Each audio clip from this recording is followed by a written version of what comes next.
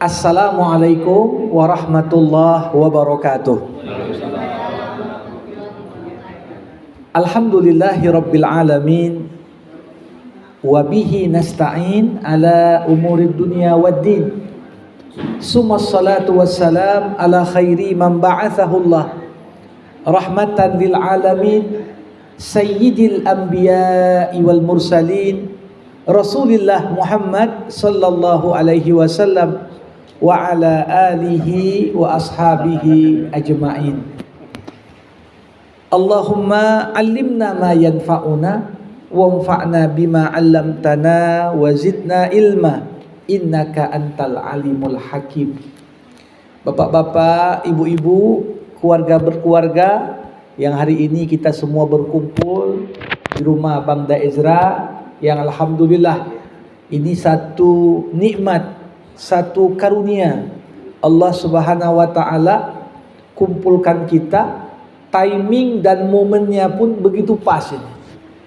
Momen kita baru saja melewati pertengahan bulan Sya'ban, dan sebentar lagi kita pun akan sambut tamu yang mulia. Itulah bulan suci Ramadan.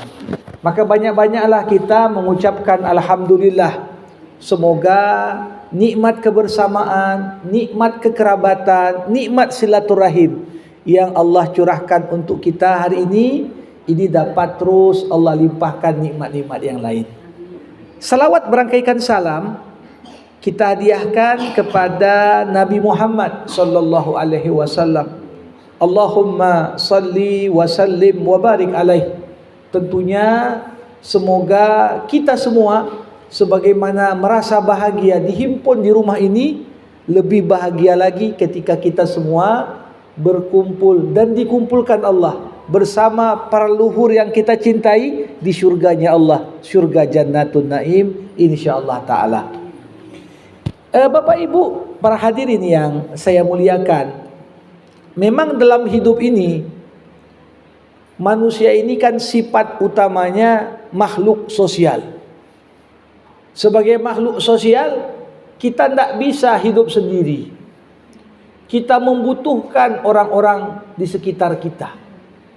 Dan Allah Subhanahu wa taala dari hubungan kita dengan begitu banyak manusia memberikan keistimewaan kepada mereka-mereka yang memang terhubung, ada hubungan darah sama kita. Kerabat yang ada hubungan darah, apalagi dikuatkan lagi dengan satu akidah. Ini bisa dikatakan hak dan kewajiban kita dalam menjaga kekerabatan dan persaudaraan ini termasuk di antara hal yang paling pokok dalam agama. Kita tahu tujuan orang puasa itu untuk apa? Salah satunya untuk mendapatkan gelar takwa, supaya jadi orang bertakwa. Tapi ternyata salah satu cara kita untuk dapat gelar takwa lainnya adalah wattaqullah alladzi tasaaluna bihi wal arham, kata Allah. Bertakwalah kamu kepada Allah dengan menjaga silaturahim dengan sesama kerabatmu. Jadi sebelum kita puasa, ya memang perlu juga kumpul seperti ini. Karena ini bagian dari ikhtiar dan usaha kita untuk menjemput ketakwaan itu. Para hadirin rahimakumullah, dalam berhubungan antar sesama karib kerabat, memang zaman sekarang, zaman global nih, tantangannya agak lebih besar dibanding zaman-zaman sebelumnya. Kenapa saya katakan demikian? Kalau zaman dulu memang alat komunikasi tidak canggih-canggih. Kadang-kadang untuk telepon saja, ada zaman belum ada telepon, terpaksa harus kuat telepati lu, baru bisa hubungan. Ya. Tapi begitu makin maju, ya, sarana-sarana komunikasi, manusia pun makin melang buana kemana-mana, hijrah dan bermigrasi kemana-mana. Yang jadi akhirnya apa? Makin maju alat komunikasi, kita kenal dengan yang jauh-jauh, tapi kadang-kadang kita pun agak luput dan kurang mengenal yang dekat-dekat. Maka dari itu, salah satu tujuan penting pertemuan di hari yang berbahagia ini, kita sedang mengamalkan apa yang dipesankan Nabi sama kita. Apa Nabi Muhammad pesankan? Ta'allamu min ansabikum ma tasiluna bihi arhamakum. Pelajarilah tentang nasabmu, supaya kau tahu kepada siapa saja kau berkewajiban untuk menyambung tali kekerabatan. Jadi kadang-kadang itu juga, kalau kita tak kenal nasab kita, ya kadang-kadang orang zaman sekarang paling kenal dia sama kakek pertama dia. Mau tanya ayah kakekmu siapa, udah tak tahu lagi dia.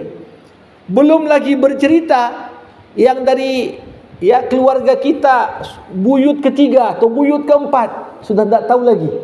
Maka dari itu disinilah betapa menjadi satu hal yang istimewa kita kumpul hari ini. Kalaupun alhamdulillah sebelumnya sudah ada komunikasi lewat WA, lewat media sosial, bahkan saya dengar ada yang datang termasuk khusus dari Surabaya untuk menyambung ikatan silaturahim. Maka yakinlah para hadirin sekalian, tiap langkah yang kita ayunkan semata-mata niatnya hanyalah untuk bersilaturahim, maka tiap langkah itu juga menambah pahala dan menggugurkan dosa. Ini salah satu keutamaan besar. Bagaimana tatkala kita semua memang punya semangat besar untuk bersilaturahim di sini. Para hadirin sekalian, memang kalau disebut silaturahim, kebanyakan orang membayangkan silaturahim itu apa? Datang, berkunjung, cakap-cakap gitu ya. Sehingga kalau mau silaturahim pun terkadang diidentikan dengan waktu-waktu khusus. Kalau ada orang datang bukan pas hari raya, kok datang kau katanya. Saking anehnya lah orang menganggap silaturahim bukan di momen-momen istimewa tadi. Padahal dalam agama ya memang tak ada ketentuan waktu kapan harus kita berkunjung. Kalau kita mau jumpa, ya, apalagi untuk merajut satu tali kekerabatan yang sudah lama mungkin kurang komunikasi, ini salah satu amal yang luar biasa. Maka dari itu pertemuan hari ini pertama udah cocok betul timingnya. Kenapa saya katakan cocok betul timingnya? Dikatakan dalam sebuah hadis tentang salah satu keutamaan malam nisfu Sya'ban, dikatakan Allah mengampuni dosa orang-orang yang menghidupkan malam nisfu Sya'ban kecuali dua kelompok, orang yang musyrik dan orang yang memutuskan tali silaturahim. Jadi kita ini berangkat, tentunya acara ini sudah disepakati jauh-jauh hari, sampai yang dari luar provinsi pun bisa datang. Berarti ini betul-betul insya-Allah niat yang tulus ini jadi persiapan kita menghadapi Ramadan. Yang kedua, para hadirin, boleh jadi sebenarnya silaturahim itu untuk zaman sekarang, dengan mungkin jarak yang harus kita tempuh, dengan beragam kesibukan yang kita miliki, sebenarnya apa batasan minimal untuk bersilaturahim? Batasan minimal yang dibilang silaturahim itu bagaimana? Kalau bisa tiap saat jumpa ya bagus, kan begitu. Walaupun kadang-kadang makin jarang jumpa makin bertambah rindu, kan begitu. Kalau udah tiap hari jumpa, asyik muka-muka ini aja katanya. Tapi ketika kita jarang berjumpa, ada kerinduan dan rasa cinta yang betul-betul terbina. Sampai Rasulullah katakan, zur ghibban tazdad hubban. Jumpalah kalian jarang-jarang. Bukan artinya jangan jumpa sama sekali, tapi jaraknya itu agak dibatasi sedikit. Tujuannya apa? Agar ketika jumpa betul-betul kita merasakan kerinduan tadi. Apalagi kalau udah cerita nostalgia di masa lalu. Oh, si Fulan ni ayahnya ini, dulu dibesarkan yang rawat si Fulan. teringat kita wajah orang-orang yang pernah berjasa sama kita. Ini luar biasa. Dan berapa banyak ketika kita ingat kebaikan-kebaikan leluhur kita yang mungkin dari masing-masing sudah tidak ada lagi sekarang. Mengingat kebaikan orang yang telah mendahului kita, itu pun sebenarnya bentuk doa kita bagi kebaikan mereka. Kita cerita, ayahku dulu gini-gini. Iya, dulu ayahku di sini. Ya, makku dulu diasuh oleh nenek ini gitu ya. Ya, ini sudah cerita seperti itu. Ini mengalir pahala. Karena doa itu bukan hanya sekedar ketika kita berdoa, ya Allah berikanlah rahmatmu, ampunilah dosanya, masukkan dia syurga. Tapi bagian dari doa kita untuk para leluhur kita, salah satunya apa? Uzkuru mahasina mautakum, kata Rasul. Banyak-banyaklah kalian mengungkit-ungkit, menyebut-nyebut kebaikan-kebaikan orang yang sudah mendahului kalian. Jadi seperti itu adalah bentuk kesaksian kita. Ya, orang-orang yang pernah berjasa sama kita, kita di level anak, di level cucu, kembali kita ingat-ingat jasa mereka, itu pun adalah bagian dari bagaimana kita mengirimkan doa-doa terbaik untuk mereka. Para hadirin sekalian, istilah silaturahim itu kan istilah yang sangat spesifik sebenarnya. Walaupun sekarang dalam bahasa Indonesia silaturahim itu udah jadi macam bahasa nasional, ya semua bisa pakai. Tapi dari sisi asal kata silaturahmi atau silaturahim ini diambil dari bahasa Arab. Silah artinya hubungan, rahim itulah rahim ibu. Bagi ibu-ibu, ya kalau terbayang dulu masa mengandung, gimana anak yang dalam kandungan kita, belum lagi kita lihat gimana wajahnya, tapi seorang ibu sudah terikat hati dan perasaannya dengan anak dalam kandungannya. Kalau ibunya makan pedas, bisa berbahaya juga sama anak dalam kandungan. Ya, kalau ibunya cemas dan stres, bisa terganggu juga kejiwaan anak dalam kandungan. Begitulah potret gambaran dekatnya hubungan. Nah, kata ini dipinjam untuk menggambarkan hubungan antara sesama kita yang kerabat ini. Jadi seakan-akan bagaimana seharusnya hubungan kita antar sesama sepupu, ponakan, paman, atau bagaimana yang kita sendiri kadang-kadang udah lama betul baru tahu ceritanya sekarang. Ini gimana? Ini berarti seakan-akan kita sambung tali kekerabatan ini seperti dekatnya seorang ibu dengan janinnya. Begitulah makna silaturahim. Maka dari itu, saya ingin sampaikan di sini, dalam Islam, apa seminimal-minimalnya yang harus kita buat kalau kita ingin bersilaturahim. Kalau yang maksimal ya banyak, tapi seminimal mungkin gak boleh silaturahmi itu kurang dari 4 hal. Inilah hal yang paling pokok dalam sebuah silaturahmi. Apa itu? Yang pertama, dikatakan seorang itu menjalin silaturahim dan tidak memutuskannya. Indikator pertama, tanda pertama, kalau jumpa saling menyapa. Ini dia. Kalau jumpa saling menyapa. Makanya menjadi problem. Tanda silaturahmi enggak betul apa? Begitu nampak si fulan, aku jangan nampak dia lah katanya. Malas sekali dah enggak cakapan berapa hari sama dia katanya.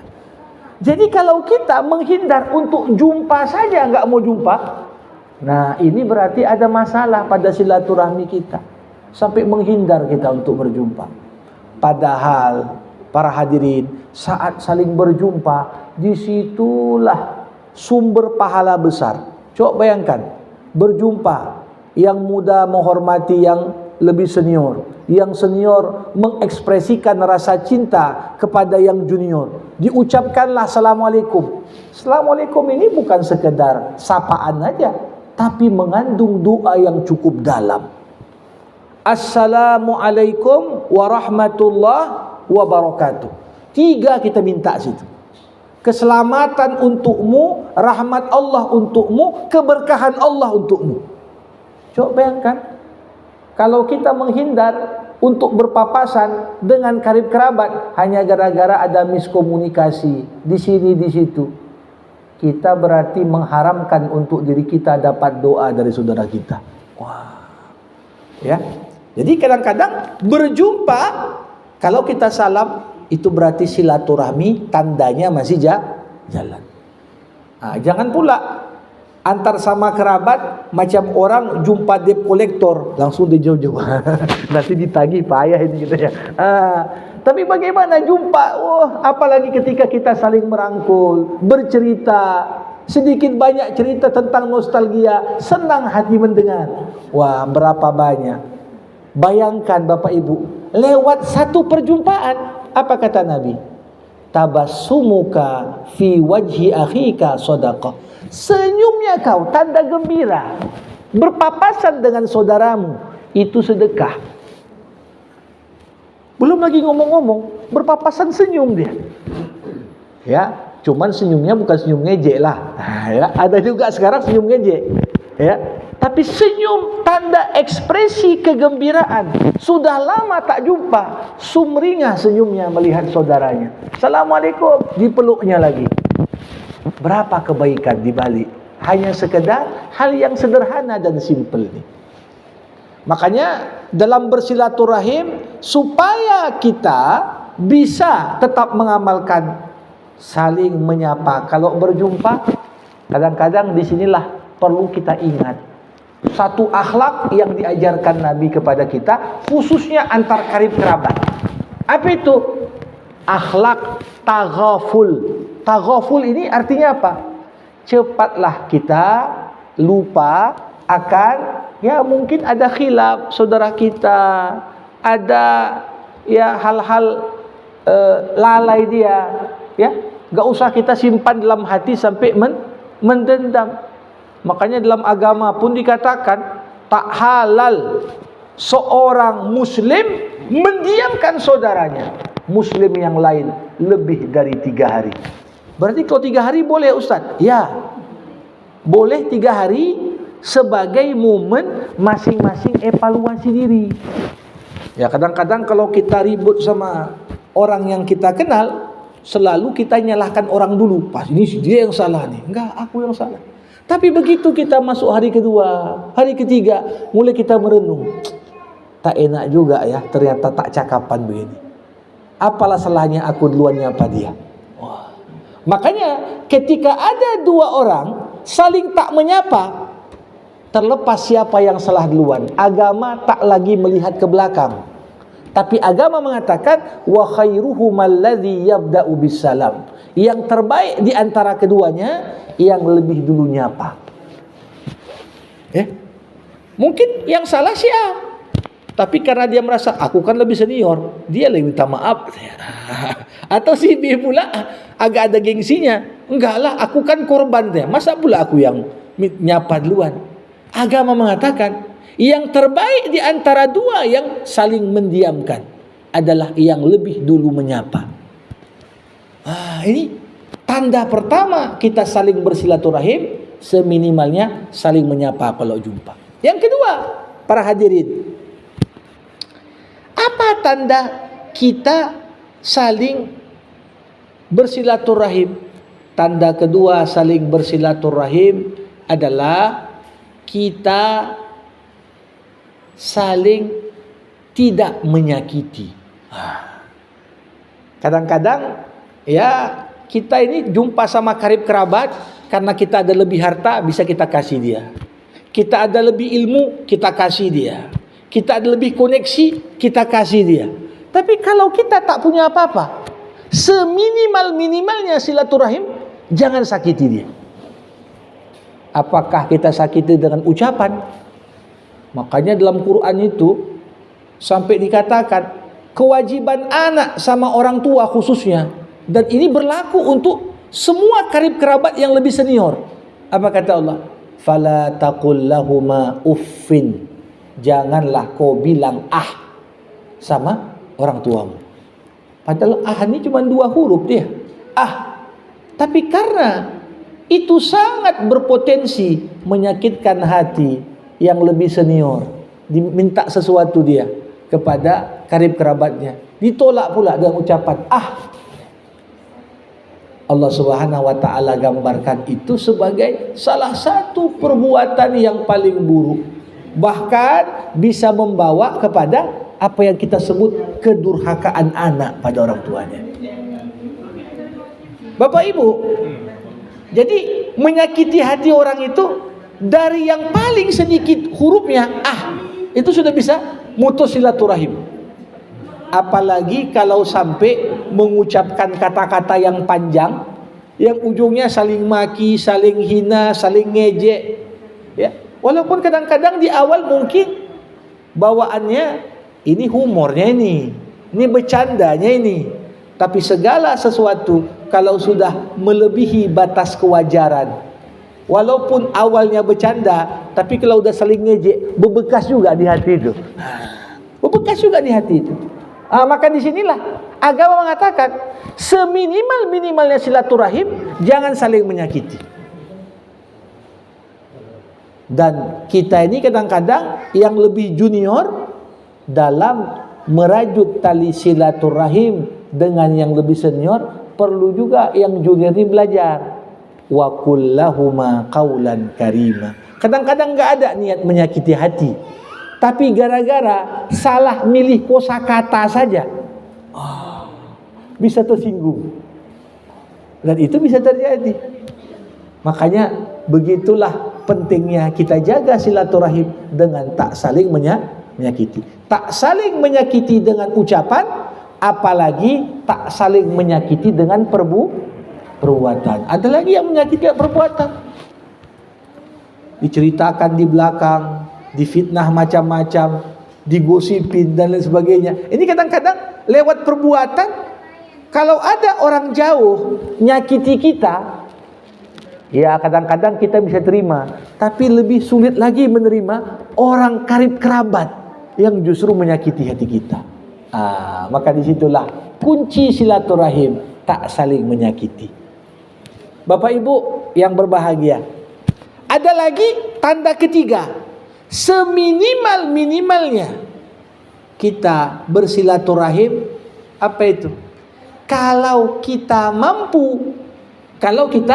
mampu, ada karib kerabat yang kurang mampu dan dia masuk dalam kewajiban kita untuk dinafkahi, maka nafkahi dia sesuai batas kemampuan. Ya. Makanya indah itu. Indah hubungan Islam. Bagaimana saat hidup diatur siapa walimu. Kalau ada anak perempuan, ya, siapa wali-walinya selain ayahnya. Kalau ayahnya meninggal, harus tahu dia paman-pamannya. Kalau belum nikah atau kalau cerai mau nikah lagi, siapa walinya nanti? Harus kenal dia, karib kerabat. Dan bagaimana ketika seorang meninggal, bagian dari warisan pun disesuaikan dengan tanggung jawab dalam agama ini. Kok anak laki-laki banyak kali dapatnya dibanding anak perempuan? Iya. Karena anak laki-laki kalau orang tuanya masih hidup dan dia sudah lanjut usia, yang berkewajiban menafkahi bukan anak perempuan, anak laki-lakinya. Tidak semua orang tua mungkin saat usia lanjut berkecukupan, mungkin pun dah habis hartanya dibagi dan sana sini. Siapa yang menanggung hidup maknya? Siapa yang menanggung hidup ayahnya? Anak laki-laki. Begitu juga lah. Makanya dalam agama, siapa yang wajib dinafkahi tak boleh dizakati. Ini kaidah. Siapa yang wajib dinafkahi tak boleh dizakati. Jangan pula ini ku hitung zakat dulu, udahlah nanti ku kasih makku. Enggak, mak itu tuh dikasih nafkah tiap bulan, bukan dizakati. Mana kebutuhan hidupnya? Penuhi. Dan itu bagian kewajiban. Begitu juga saudari kita, saudari kandung kita, udah pula ada yang bercerai. Ya, sepupu kita pula masuk dalam tali kekerabatan, kita ada berkelebihan. Bahkan dalam agama pun, kalau mau sedekah, dikatakan Rasulullah, sedekah untuk karib kerabat pahalanya 2 dibanding sedekah untuk orang jauh. Kok bisa begitu, Ustaz? Iya. Sedekah untuk orang jauh hanya dapat pahala sedekah. Tapi sedekah untuk karib kerabat ini dapat pahala sedekah dan pahala silaturahmi. Makanya dalam agama seminimal-minimalnya dikatakan kita sambung tali silaturahim. Kalau kita mampu, ada yang bisa kita bantu dengan nafkah bulanan. Ada yang bisa kita bantu, mungkin prioritaskan zakatkah untuk dia, sedekahkah untuk dia. Itu termasuk di antara tanda menyambung silaturahim. Tapi ada yang dekat, kerabat kita, lebih suka kita kasih untuk yang jauh daripada yang dekat. Wah, ini tanda silaturahim pun bermasalah ini. Karena dalam hidup ini amal-amal yang baik pun ada neracanya, ada timbangannya. Solat, dahulukan yang wajib sebelum kerjakan yang sunat. Jangan sibuk solat sunat, yang wajibnya tinggal, kan gak mungkin. Puasa pun begitu, dahulukan puasa yang wajib, puasa Ramadan dibanding puasa yang sunat. Puasa Syawal, puasa sunat. Sibuk dia kejar puasa Syawal, Ramadannya pun belum diganti. Kita harus tahu mana prioritas.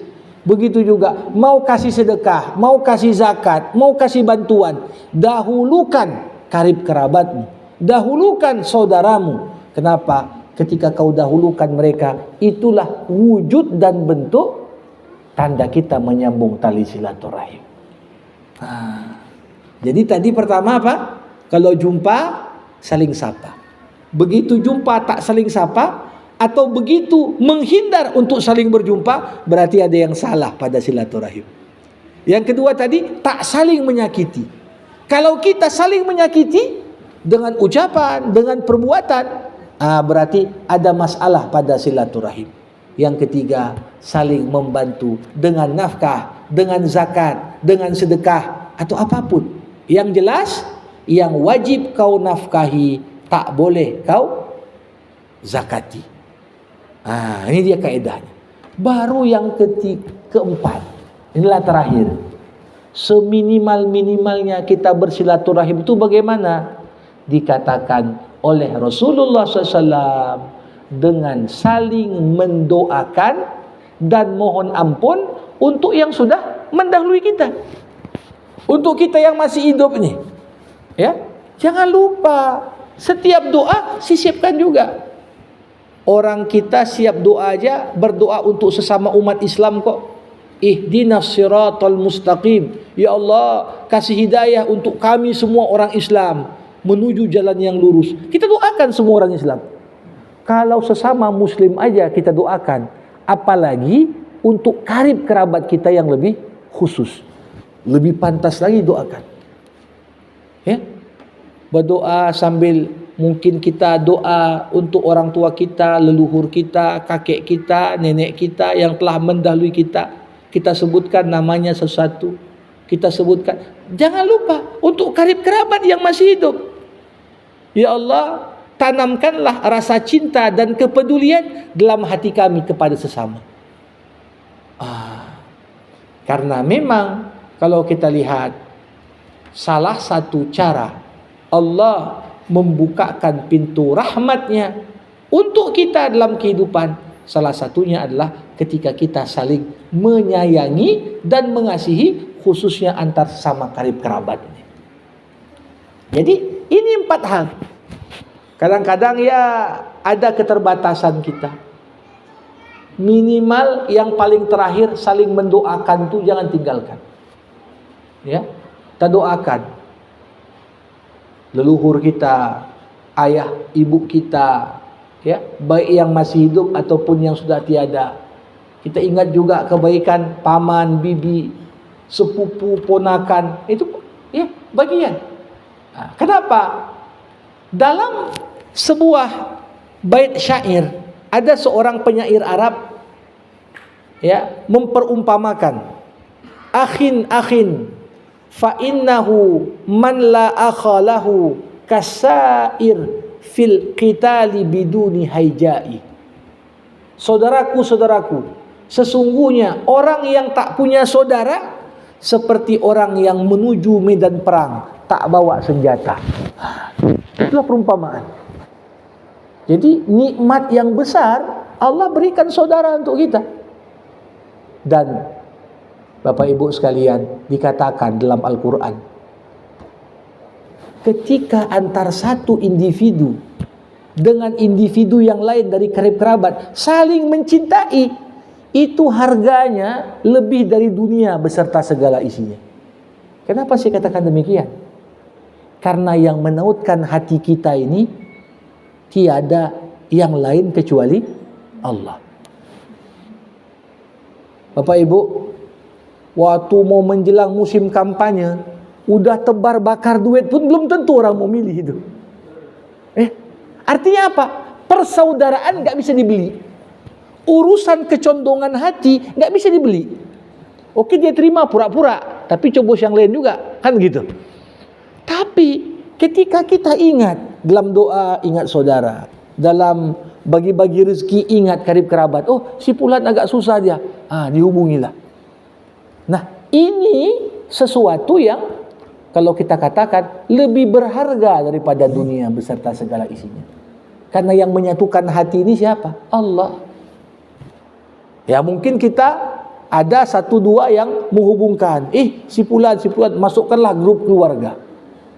Tapi udah masuk grup keluarga pun, siapa yang menggerakkan untuk bisa ada pertemuan hari ini? Allah. Maka dari itu saya katakan, ya, ini jadi awal yang baik.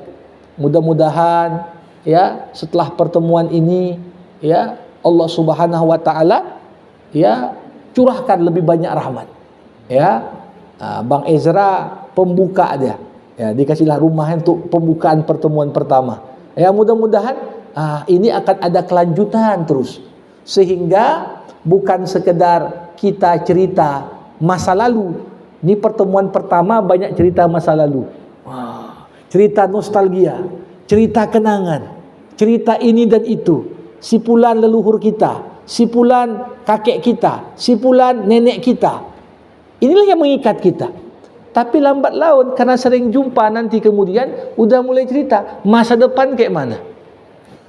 Artinya ini sudah, ya, generasi keberapa. Gimana antar generasi di bawah ini pun harus kenal dengan saudaranya. Harus kenal dengan karib kerabatnya. Makanya saya pernah dulu diundang. Ada acara syukuran lulus anak. Ya. Di daerah Johor dekat dengan kediaman saya.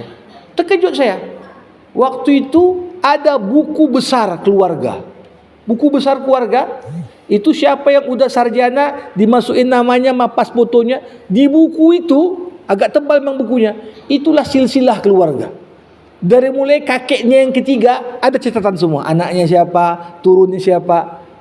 Ini bukan sekedar tujuannya membangga-banggakan leluhur, bukan. Tapi seperti dikatakan Nabi tadi, ya, pelajarilah nasab kalian agar kalian tahu kepada siapa kalian harus menyambung tali silaturahim. Jadi ini satu hal yang positif. Mudah-mudahan kita amalkan aja 4 hal tadi. Ini jadi pembuka yang baik dan mudah-mudahan, ya, kita terhindar dari satu ancaman besar yang pernah disampaikan Nabi. Apa Nabi Muhammad katakan? La yadkhulul jannah qati'. Tidak akan pernah masuk surga orang yang dengan sengaja memutuskan tali silaturahim. Ya. Kalau dulu belum kenal, belum besar. Ini kalau udah kenal malah putus setelah kenal, lebih besar lagi tanggung jawabnya. Kalau belum kenal, artinya pertanggungjawaban agak kurang karena nggak tahu. Tapi setelah kenal, maka hubungan ini harus lebih kuat lagi. Dan tentunya ada hal-hal positif yang bisa kita buat untuk menjaga nama baik keluarga, nama baik leluhur, mendoakan, ya. Apalagi di momen-momen seperti ini, banyak orang walaupun ziarah itu bisa kapan aja, tapi orang Oh, menjelang Ramadan perlu ziarah dia. Dia mikir gimana memperbaiki hubungan silaturahmi dengan yang udah meninggal. Ya, maka memperbaiki silaturahim dengan yang masih hidup lebih wajib lagi. Ya. Ya, lebih utama lagi, lebih prioritas lagi.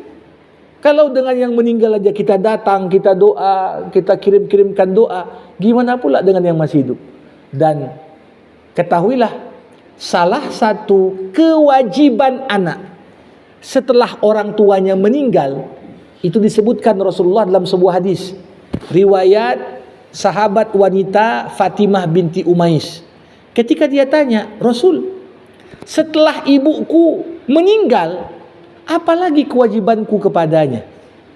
Nabi katakan, ya kau mendoakannya, mensolatkannya, beristighfar untuknya, melaksanakan wasiatnya. Ya. Tapi ada satu poin yang Nabi Muhammad sampaikan, itu berkaitan dengan hajat kita hari ini. Apa itu? Nabi berkata, tetaplah menyambung tali silaturahim dengan orang-orang yang dekat dengan orang tua kita yang telah mendahului kita. Wah, ini sekarang bukan lagi generasi itu, tapi generasi setelahnya. Dia kenal mungkin sama ayah kita, dia kenal dengan mak kita, tapi mungkin ya kita tak kenal sama dia. Bagaimana kita tetap perlu menjaga tali silaturahim ini? Ini saya kira satu poin penting. Ya, kita harapkan di akhir Sya'ban ini Allah berikan kesehatan, keafiatan, dan kekuatan iman. Karena inilah kunci penting menyambut Ramadan. Ya, Ramadan kita perbaiki hubungan kita dengan Allah. Tapi sebelum baik hubungan sama Allah, perbaiki jugalah dulu hubungan dengan manusia. Karena ini bagian jalan kita menuju ketakwaan. Saya kira ini sebagai pengantar ya pada kesempatan berbahagia ini. Mungkin sebelum saya tutup doa, ada satu dua mau ya memberikan komentar atau tanya jawab. Saya persilahkan di kesempatan berbahagia ini. Ya.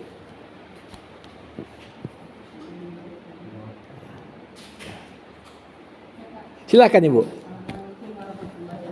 Waalaikumsalam warahmatullahi wabarakatuh. Baik. Pada kasus seseorang orang tuanya ada utang puasa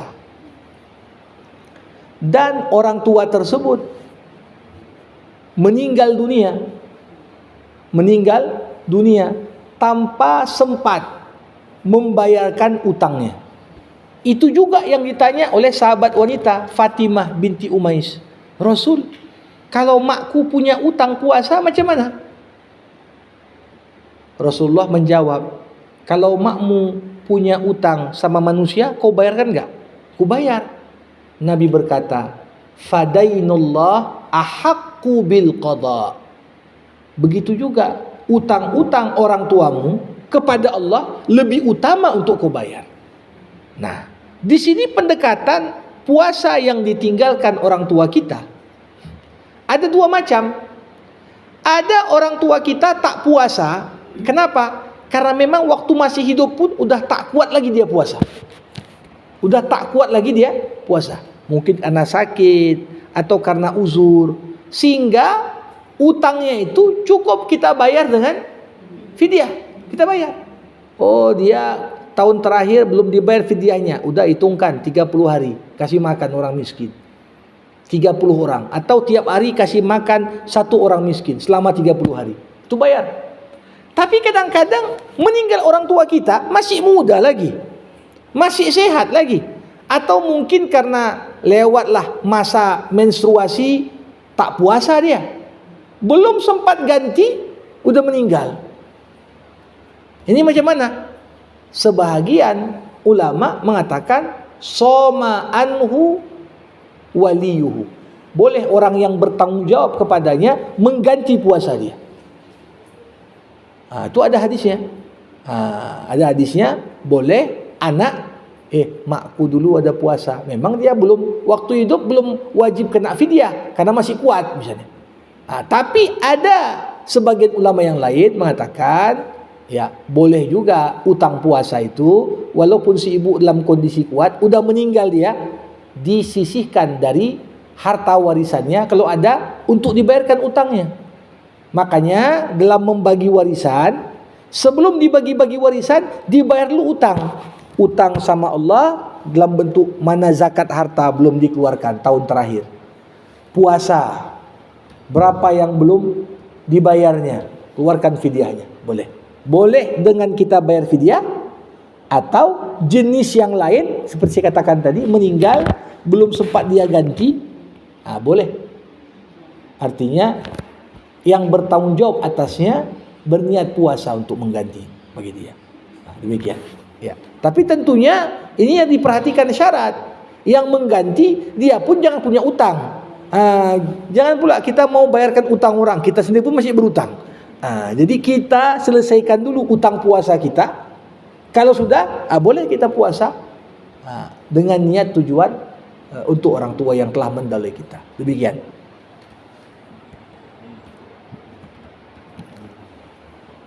Ya.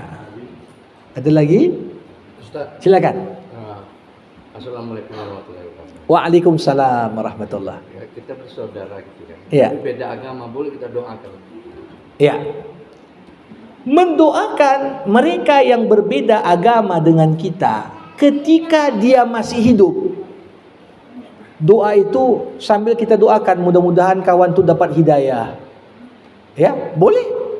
Nabi pun mendoakan Abu Jahal dan Umar. Ya Allah, kasihlah hidayah untuk Abu Jahal, kasih hidayah untuk Umar. Rupanya dikabulkan doa untuk Umar, tak dikabul untuk Abu Jahal. Jadi mendoakan untuk kebaikan, hidayah non-muslim dari karib kerabat kita boleh. Tapi yang dilarang kapan? Kalau orang yang didoakan itu udah jelas meninggal dunia dalam kondisi di luar Islam. Kita pula minta, ya Allah ampuni dosa si fulan. Ini Nabi Ibrahim ketika doa untuk pamannya Azar yang membesarkan dia, ditegur sama Allah. Ya, sehingga Ibrahim kemudian meninggalkan. Begitu juga Nabi Muhammad dulu mau mendoakan salah satu umatnya yang menjadi pemimpin orang munafik. Padahal munafik itu jelas-jelas dia telah kafir. Ketika Nabi Muhammad mau doakan dia, ditegur sama Allah. Gak pantas kau doakan orang yang sudah jelas meninggal dalam kekufuran. Jadi kalau meninggal dalam kondisi udah meninggal dia, jangan doakan lagi. Tapi ketika masih hidup, silahkan kita doakan, kita mohonkan mudah-mudahan diberikan hidayah untuknya. Ya. Baik. Baik, kalau tak ada lagi mungkin kita padakan untuk kajian kita hari ini. Ya, mudah-mudahan ini jadi momen dan kesempatan kita saling mengenal lebih dekat dan makin menguatkan silaturahim di antara kita. Mari sama-sama kita tutup kajian ini dengan doa. Alhamdulillahirabbil alamin. Hamdan yuwafi ni'amah wa yukafi'u mazidah. Ya Rabbana lakal hamdu kama yanbaghi li jalali wajhikal karim wa li 'azimi sultanik. Allahumma salli ala Sayyidina Muhammad wa ala alihi wa sahbihi ajma'in.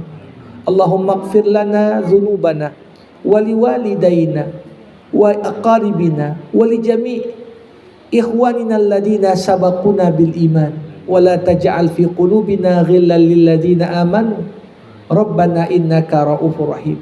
Allahumma aslih dhata bainina wa alif baina qulubina.